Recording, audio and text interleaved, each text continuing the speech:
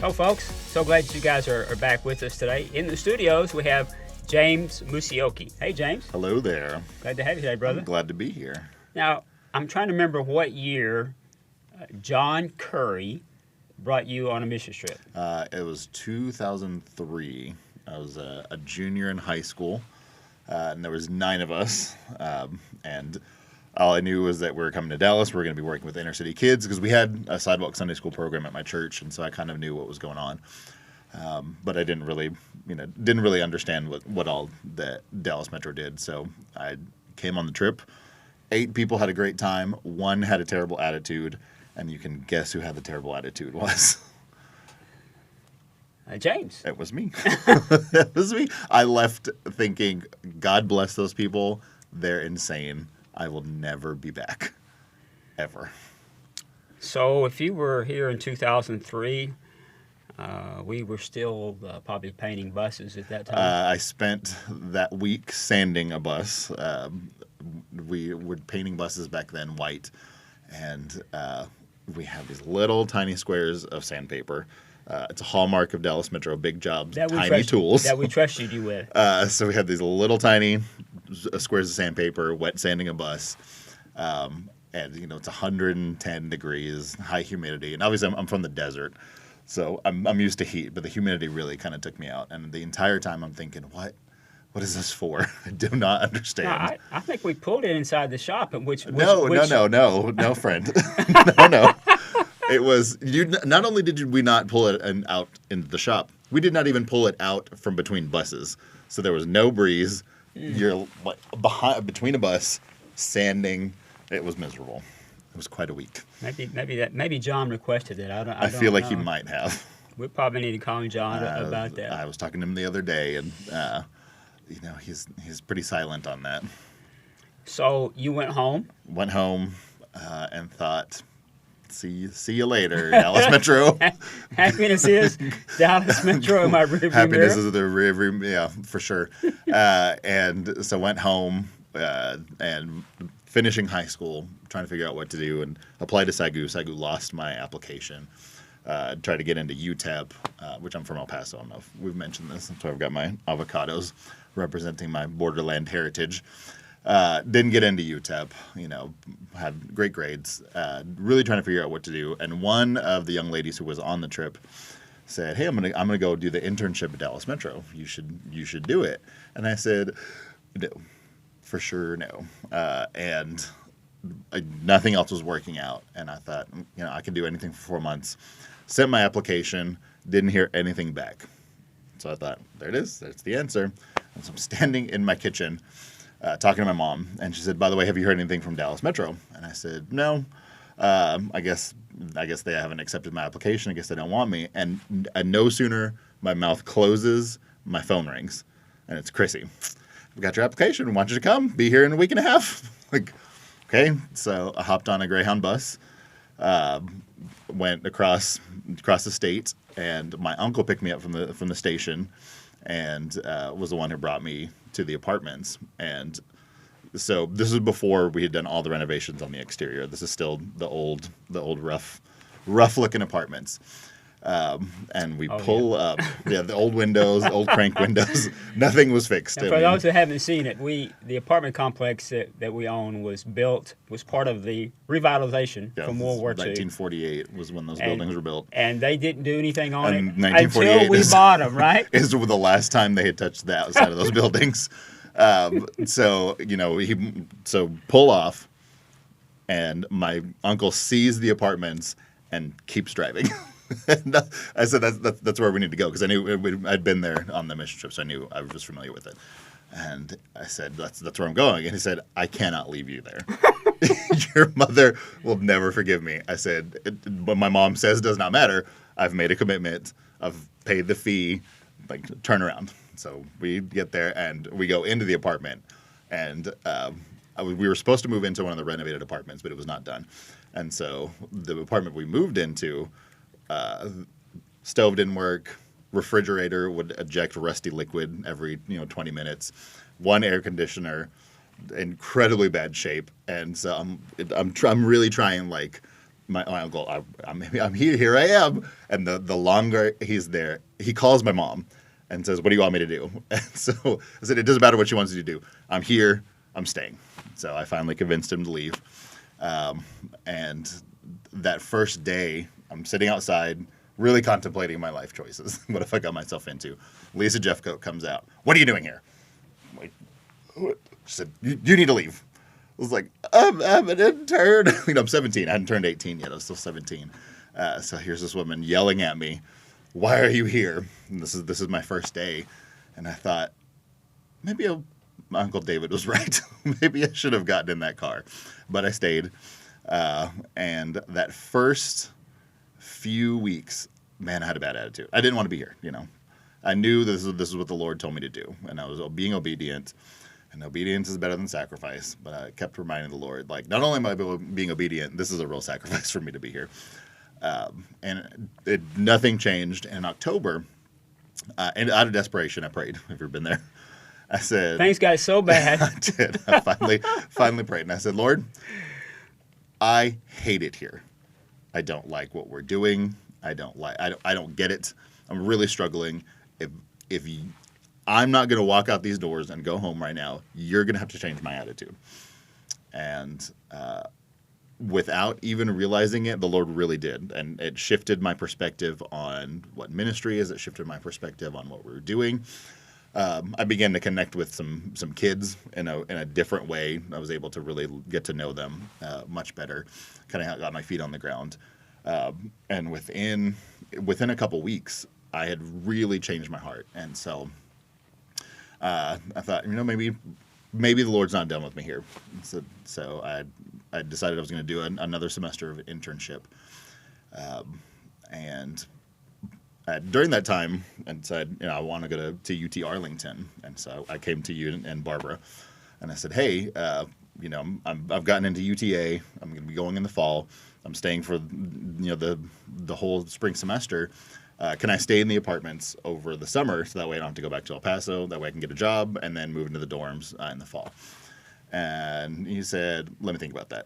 I was like, well, that means no. Okay. So I guess got to figure out what I'm going to do. And a week later, you came and said, how about you just work here? And I said, do what? He said, why don't we just hire you? You can come on staff now and work over the summer, and you can work part-time in the fall. And that was kind of the first moment where I really realized what my life was going to be. And you said famous words, I'd like you to make a 4-year commitment. And I thought, I could never do that. Impossible. 4 years, that's so long. I'm 18 at that time. I was like, I'm going to be 22. I'm going to be this old man. How can I commit to 4 years? And little did I know, you tricked me into 19. Why did I ask for a 4-year commitment? Well, I don't think you ever actually told me. I figured it was because you wanted me to stay during school. I think you saw the value. You saw something in me of value. And usually we ask for a 2-year commitment because it takes a full year to see everything we do, and then it takes another year to actually be good at what we do. So I think you'd ask for that 4 years because you saw, I had something to add to the team during those college years more than just a little bit. Yeah, you are correct on it takes 1 year. I'm not sure if they heard that. Yeah. It takes 1 year just to figure it out. Yeah. Because each semester, fall and spring, and so they're all so different. Yeah. So it takes an entire year to see actually everything that we do. So after a year, you're kind of going, okay, now I get this. Yeah. In the second year, you can actually be productive. Yeah. You could be helpful. You have something that you can, bring to the team and have an impact. And then, of course, we're going to school for 4 years, so well, why not? Well, why not? And we actually did encourage you to go to school. Yeah, you did. You really did. You were very supportive in that, and so. And all the decisions that I've made in my life, you and Barbara were incredibly supportive. Even if you didn't necessarily agree or think it was the wisest, you just kind of walked with me through life. And I remember, that first year, I was making $1,000 a month, and that was the most money I'd ever made. I'd worked at Chick-fil-A, working $5.25 an hour, and I remember Barbara very clearly. I'm really excited. This $1,000 a month. And Barbara said, "You're going to look back on that one day and you're going to laugh at us." And I've never left. I've always appreciated the sacrifice that it takes to work here and the sacrifice that it takes to raise funds. But I look back and I laugh at myself for being so excited about $1,000 a month. Think, man, those are the days. For those that are watching too, the apartments have changed a little bit. Yes, they are much nicer. They're not rat infested. Of course, our neighborhood has changed. The neighborhood, not nearly as many gunshots. There's still once in a while, but when you got here, we were still the second most populated prostitution street. Yeah, right. In Dallas. Down the block. It's true. It's true. Definitely was a different place then. It was hard to hold on to things. Mm-hmm. I mean, theft is still a part of life, but in those days, it was quite challenging. Yeah, don't own a convertible and live in those apartments back then. Oh, you remember? They will cut Ronnie through. Ronnie Nelson had that Jeep with the canvas top on it. There's no point in trying to keep them out because you might as well just leave it off. It's not going to happen. They're getting in. So you came on staff. What made you stay? The people. A long time ago I made the decision that I was going to be here to serve people. And the Lord at pastor school, and it was pastor school still then, so I can say it. At pastor school, I don't know, 2008, the Lord really gave me the word that my purpose here was to be an older brother to kids and teens. Whether or not they had older siblings, I was to be an older brother. And so I'd really connected with people like Timothy Thomas, Ricky Gutierrez, whom I'm still extremely close to this day.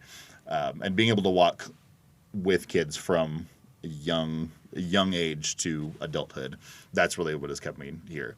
I know Biggie, I don't know which order it's going to air, but you interviewed Biggie. Well, I met Biggie when she was 2. I remember when Biggie moved into my kids' church. I remember when Biggie moved out of my kids' church to graduate high school. I've walked with Biggie into her 20s from a 2-year-old little girl. And being able to walk with people through life is kind of what's helped me stay. Yeah, we did have Biggie on this past week, and interesting thing about her I didn't realize is that she came to church first. Mm-hmm. She came to your children's church. She was first. Yeah, she was too young to go to the programs. Her older brothers and sisters, because I remember visiting them, and she and her twin were just little figures in the background because they were too young to come to Sunday school. They didn't live by the site. And then when they moved to Rhodes Terrace, they were able to actually come and get on the bus. So she saw our church before she ever saw Side Oak Sunday School. Which is definitely backwards for very unusual for most kids. You had mentioned about being an older brother to the kids. Most of our people don't understand the dynamics of the family in the inner city. So explain to us, why was that so important? Families are so incredibly dysfunctional, and it's rare that especially young men and women have good relationships with older men. There's uncles, there's problems there. Dad's often not in the picture. And a lot of times there's such chaos in the house, it's hard to really be close to your siblings. There's rivalry, there's scarcity of resources. So there's a difference in that relationship. And so being an older brother to these young men and women, it's someone that loves you, that cares about you, that can also talk some sense into you, knock you upside the head if you need to, in a loving Jesus kind of way. But it's really important that they have someone that they can trust, that they can talk to, that's not necessarily a parent. I mean, obviously, I'm now old enough to be some of these people's parents, but in the earlier days, I was not much older than them. But I could be an older influence in their life. Yeah, if it was there one family or one person that you really wanted to help, but it didn't turn out well, that you could think of today? Yeah, there's been a couple, and there's one in particular that really had not just potential, but really had kind of every opportunity, and kind of has chosen a very different path, and it's painful. But in those moments when I get updates about these people, I have to remember my job is not to change people's lives. My job is to bring God's word, bring guidance, and allow the Holy Spirit to do His work. I cannot make decisions for people. It doesn't make it any less painful, that realization, that knowledge, but I still have to say, I have to give it to the Lord. There's I'm sure some young people that are watching us today, and maybe they're thinking, I don't have a degree from Southwestern or Dallas Theological Seminary. Maybe they're like me, they're going, I'm not necessarily the sharpest crayon in the box. What would you say to them about partnering, or maybe even considering the intern, which, by the way, you did mention on the apartments. And so our intern apartments are actually... They're nicer. It's nicer than my apartment. It's true. It's the last thing we remodeled was the intern apartment, so they are pretty nice. They're in good shape. You are not... Don't allow your perceived lack of education or experience to inhibit what God has for you and what God wants to do with you. You're a perfect example. You've always said you're not the sharpest crayon in the box, but you have successfully led a ministry for 35 years that has changed thousands of people's lives. You don't have to be Dr. So-and-so. You don't have to have 10 degrees. You don't have to have the world's deepest biblical knowledge in order to make a difference. If you're just willing to serve, God can equip you. God can give you the tools that you need. And I love learning. I am a learner. I read all the time. I am constantly trying to add to my knowledge, both biblical and just in the regular world. But even if I wasn't a learner, God can still use me, and God can still use any young man or woman who would say, what, I just want to spend 4 months. Spend 4 months, and your entire world can change. We have interns that have come through. Obviously, some of us have stayed. I've stayed. Chrissy stayed. Some people have stayed for a couple of years. And then some people, after their internship is done, they go about their way and go and do other incredible things around the world. There's a young man who's a missionary in Mexico he spent 4 months here. That was one I thought, who knows if he's going to make it through the internship, but he did. And the tools that he's gotten during that internship has allowed him to impact kids in orphanages in North Mexico. I'm reminded of Johnny and Heidi. Mm-hmm. When Johnny and Heidi were here, it was kind of a square peg in a round hole. And it was kind of a struggle the whole time. And then they went to, was it Mission, South Dakota? The Rosebud Reservation, South Dakota. Rosebud Reservation. I remember them making a phone call and asking, would Metro work on the Indian reservation? I had never been on an Indian reservation, so I had no idea until Barb and I went up there and saw that the desperation, the hopelessness, and they've been doing Metro for how many? I know it's been over 10 years. 10 years or so. Yeah. Long time. All that happened because that was planted in their hearts while they were serving here in Dallas, and so it really doesn't matter. I think there's some people out there today that maybe we're in the summer months. They're trying to figure out what am I going to do in the fall. So in order to check out the intern program, they would go to our webpage. Yeah, dallasmetro.org. I think it's under the volunteer page or intern page. Just fill out the form and say, I'm interested. Melinda, incredible intern director, will contact you, and she really invests in these young people in a way that we've not had before. Yeah. She obviously wants you to do a good job and work hard, but she personally invests and takes time to do Bible studies and go through things with you so that you come out not only with ministry tools, not only with a better view of how to operate in the world of kids ministry, but you also have grown as a person if you choose. Obviously it's up to the individual if they're going to take it and accept it. Right. But if you're willing just to serve, if you're willing to learn, it will change your life. It really will. Yeah, I would agree. Linda is she's outstanding with people. She cares about them. And if a pastor was watching or listening to our podcast today, maybe they have someone in their church and they're trying to figure out, okay, what am I going to do with life? If they send that teenager, I started to say child. Don't send your children. Yeah. Got to be out of high school. Yeah, you need to be out of high school for sure. But if they send them here, what will be implanted in their lives will change them forever. Yeah, it will, and it'll impact their church. I mean, their kids ministry will be better, their youth ministry will be better. I mean, any aspect of ministry that they return and plug themselves into will be better. When they get back home, for sure, they'll be ready to serve. I believe they'll be equipped. Yes. To serve because of the investment that we have made in them. So, okay, you're now the director of operations, Yep. which means that you oversee the daily operations of Dallas Metro. You've seen some tough times. Mm-hmm. What's the hardest thing you've had to learn to accept in the inner city? Man, it's hard. Obviously, funerals are tough. Funerals are hard for everybody, but man, funerals in the city are hard. But the hardest thing, I think, is the fact that you might not see that kid ever again. Yeah. We had a kid rode my bus 2 semesters ago. They had just moved in, rode my bus, had a great time, prayed, accepted the Lord, and the next week they'd already moved out. I saw that child one time. And who knows if I'll ever see them again. And sometimes kids pop up, and you know, kids like Timothy somehow wind up being like in every neighborhood we're at.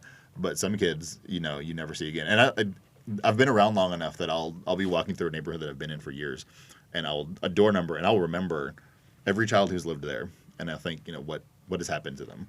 And not knowing is painful, but I have to trust that the seeds that we've planted, the truth that we've been able to impart, will come to life in their life wherever they are, whether they're here, somewhere else. You know, we've got at one of our sites this semester, I had 12-year-old girl come up and ask me if I knew someone named Pastor Richard.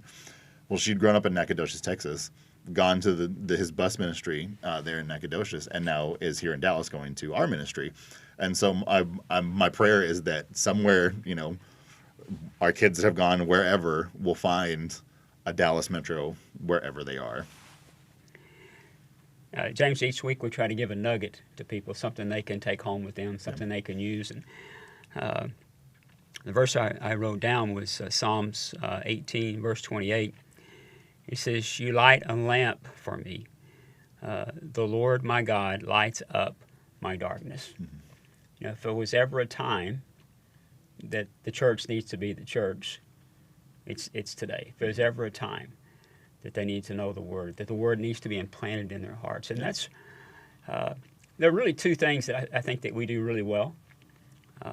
One is that when we're out with our programs, whether they come to the sidewalk programs, which take place during the week, mm-hmm. then there are some neighborhoods that, you know, the density is not there for sidewalks, so those are the kids, totally different neighborhoods, but they're bussed in on Saturdays. Same program, just one's indoor and one is outdoor. What we do best is we plant God's Word, just like you said. Yep. We're planting God's Word in their heart, mm-hmm. and then we're allowing God to be God. But the second thing that we do really well is build relationships. And you just mentioned that when we're going by, you know, we at every site, the day before, we're at every child's house. We visit every child and their family each week, mm-hmm. And really, what we're presenting the gospel in a totally different way, mm-hmm. in a relational way, so that the kids kind of get to know us, so that the parents get to trust us. You know, if there's 2 things that are missing in society right now, what would you say those 2 things are? What's the 2 things that have been so painful the last 3 years? Oh, well, I mean, trust is the biggest thing. Mm-hmm. That's the thing that I struggle with the most, yep. is making sure that parents know that they can trust me, that they can trust us, they can trust our volunteers. That's the big thing. But the most powerful moments I've had in ministry have been at that door. Yep. That's when I get to pray with people. It's hard when you got 100 kids, you know, sitting to like, let me individually pray with you. I'm up on a stage with a microphone. It's hard to do. I mean, it happens. You do have that happen. But those moments, the real ministry happens there at the door. You know, the times where I've actually going to pray with moms to be able to provide for needs, to actually get to know what's happening in life, has been standing at the door or out on the street. You know, kids are outside playing. That's the most vital thing. That's the way that people actually do trust you. It's because they see that you the character that you bring to their door is someone that they can trust their kids with. lack of trust and fear. And they're both so Yeah, close. they're intertwined. They really are. And the way you get past that is you're real. And going back to those, if somebody's thinking about interning with us, anybody can do that. And I mean, we visit in pairs, so it's not like if you decide to intern with us, we're going to send you out. Let me tell you what we're not going to do. Very first time as an intern, I'd been here a week, had not done visitation at all. And Lisa Jeffcoat, who yelled at me my very first day, Lisa Jeffcoat pulls up. Now, before we go in, Lisa, we love you. I know you're watching this. Lisa's we do love you, okay? One of my favorite people. Love Lisa. Me Saw her too. at camp. I was talking to the other day. Especially since Hannah's going to be here this fall. Okay, That's so true. we better say some good things. But the choice that Lisa made. So we're at Parkdale Gardens up in North Dallas. And Lisa hands me a route sheet, hands a stack of flyers, and says, visit those apartments. I said, do what now? She said, visit those apartments. So I get out of the van. I'm thinking somebody's going to get out with me. Lisa pulls away. I don't know when she's coming back. I don't have her phone number. We didn't have cell phones back then. No, we didn't. And so I visited Parkdale Gardens by myself. Made it through. I survived. I did not die, as living proof I'm here. So we will not do that to you if you choose to come and intern. Parents, pastors, we will not send your 18-year-old kid by themselves. We will make sure they survive. We're in a campaign right now called All In. What does All In mean to you? All In, really, it is giving everything I have to see as many kids come to Jesus as possible. And for building a facility will enable us to reach more kids more effectively. We're not having to think about logistics every day. We're not trying to figure out who's going to get this bus, who is going there, how do we get those people to this location and then this location. Having a single location will allow us to be more effective to reach children so that more kids like Biggie, like Timothy, like the many, many kids that we've reached over the years have an opportunity to succeed. Yeah, All In is, it's not about building a building, although we do need a building. And Louis Salazar will be on in a future broadcast talking to us about the miracle of the lighthouse, providing land for us to build these new facilities. And we do need new facilities. There's no question about that. But All In is really about investing in this next generation. It's about putting people just like yourself in a position to win. And us having, tens of thousands of dollars monthly, easy monthly payments. No, I'm not interested in having to fundraise for the rest of my life to pay off a mortgage, Exactly. God has called me here to reach children, not to pay a bank. No thanks. To pay on a loan, right? Yeah. I'm convinced that there's people that are watching us today that will help us partner. We'll be showing photos of what this. We have the early conceptual drawings. That's exciting. Michael Cathcart is our architect. He's an incredible brother of the Lord. Really loves us. Has caught the vision for what God's doing here in the inner city. James, thanks for being here today. Thanks for sharing your story. We're so glad to have you on our team, brother. You know that, friend. I'm honored to serve. I really am. And I'm honored to call you my friend. Thank you. Me too. Folks, we're so glad that you tuned in with us today. You'll be seeing some drawings pop up about some conceptual drawings that Michael has drawn. It's going to be an incredible facility. It's going to be 3 buildings. The first building is going to be a ministry center, 20,000 square feet, including auditorium. We're actually going to have our own kitchen. That's kind of scary, right? We do a lot of feeding. We're going to have our own warehouse. Right now, we are renting a warehouse. It's in far west Oak Cliff. And we're going to have James, we've had this incredible dream of having a prayer chapel. It's open 24 hours a day, 7 days a week, that anybody can come and pray.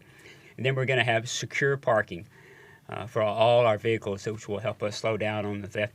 You can be a part today. We need your help. If you go to dallasmetro.org, click on All In. If you'll donate today, we'd be very, very grateful. God bless you. Thanks for joining us. See you again next week.